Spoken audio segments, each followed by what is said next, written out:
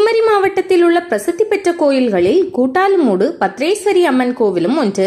இக்கோவிலானது மார்த்தாண்டத்திலிருந்து 9 kilometre தொலைவில் பைங்குளம் கிராமத்தில் வெட்டுமணி தேங்காய்பட்டணம் ரோட்டோரத்தில் அமைந்துள்ளது.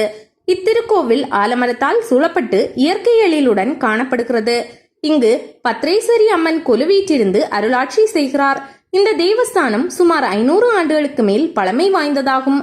தல வரலாறு. 500 ஆண்டுகளுக்கு முன்பு செம்பன் என்பவரின் மகளுக்கு மகப்பேறு இல்லாமல் இருந்ததால் செம்பனும் அவரது மகளும் மகளின் கணவரும் பைங்குளம் வலத மடத்தில் உள்ள சிவயோகி என்னும் ஜோதிடரிடம் முறையிட்டனர்.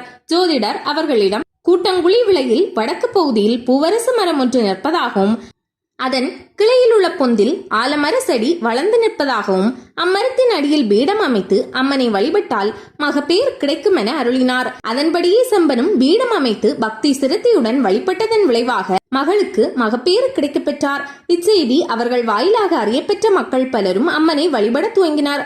ஜோதிடர் சிவயோகி பூஜை செய்தார். இன்னும் அவர் பூஜை செய்வதாக ஐதீகம். செம்பன் வசித்த பகுதி செம்பன் கோடு என நாமம் பெற்றது.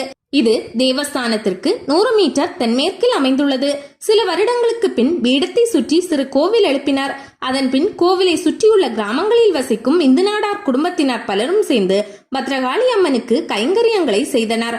கூட்டங்குழி விளை பத்ரகாளி அம்மன் என்று அழைக்கப்பட்டார். காலப்போக்கில் பூவரசு மரத்தில் பொந்தில் முளைத்த ஆலமரம் வளர்ந்து பெரியதாகவே பூவரசு மரம் பட்டு போனது.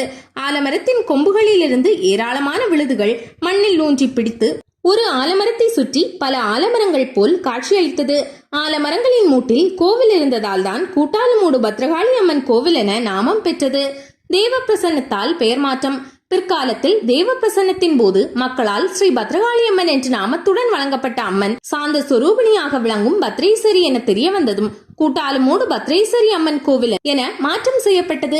பல வருடங்களுக்கு முன்னர் பக்கத்து ஊரிலிருந்து திருவிழா பார்க்க சென்ற ஒரு குடும்பத்துடன் அவர்களது அண்டை வீட்டு சிறுவனும் உடன் சென்றார். நாடகம் பார்க்கும் போது இடையில் சிறுவனும் தூங்கிவிட்டார். நாடகம் முடிந்ததும் குடும்பத்தினர் வீட்டுக்கு புறப்பட்டனர்.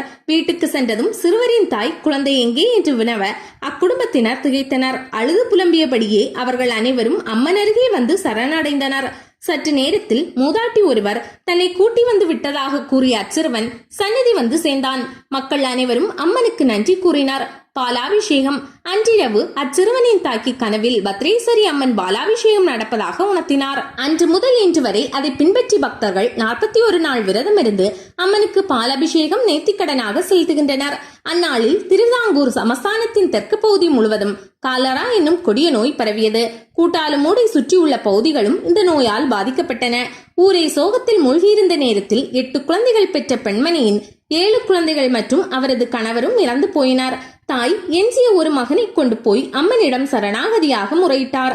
இரவிலும் அங்கேயே தங்கினார். பீடத்தில் சிறு விளக்கு மட்டுமே உலர்ந்து கொண்டிருந்தது. குழந்தையுடன் அமர்ந்திருந்த தாய் அசதியில் கண்ணயர்ந்தாள்.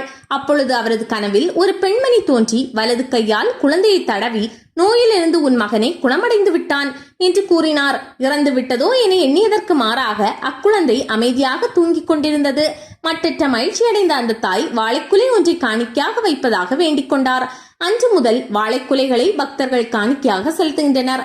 வானவேடிக்கை அளவீடு பணிகளின் போது கோயிலுக்கு முன்னால் கிழக்கு பக்கமாக வர இருந்த மார்த்தாண்டம் தேங்காய்பட்டணம் நெடுஞ்சாலை ஊர் மக்கள் மூலம் கோரிக்கை வைத்து கோவில் பின்பக்கமாக வர செய்தனர். இதன் அடையாளமாக தான் இன்றும் கோவில் விழாக்களில் வானவில் நடக்கிறது. சிவயோகி சந்நிதி. மூலதேவதை அறிமுக பத்தினி ஸ்ரீ அம்மன். அதனுடன் கணபதி, ஐயப்பன், பாலமுருகன், கிருஷ்ணசுவாமி, துர்காதேவி, இசக்கியம்மன், நாகராஜர், நவக்கிரகங்கள், ஏவலர்கள், சிவயோகி, வேதாளம், ஈஸ்வரகால பூதத்தான் ஆகிய சன்னதிகளும் அமைந்துள்ளன. இத்தனை சிறப்பு வாய்ந்த இத்திருக்கோவிலில் இன்று 28ஆம் தேதி துவங்கி 10 நாட்கள் திருவிழா நடக்கிறது. இன்று சித்திரை திருவிழா கொடியேற்றம்.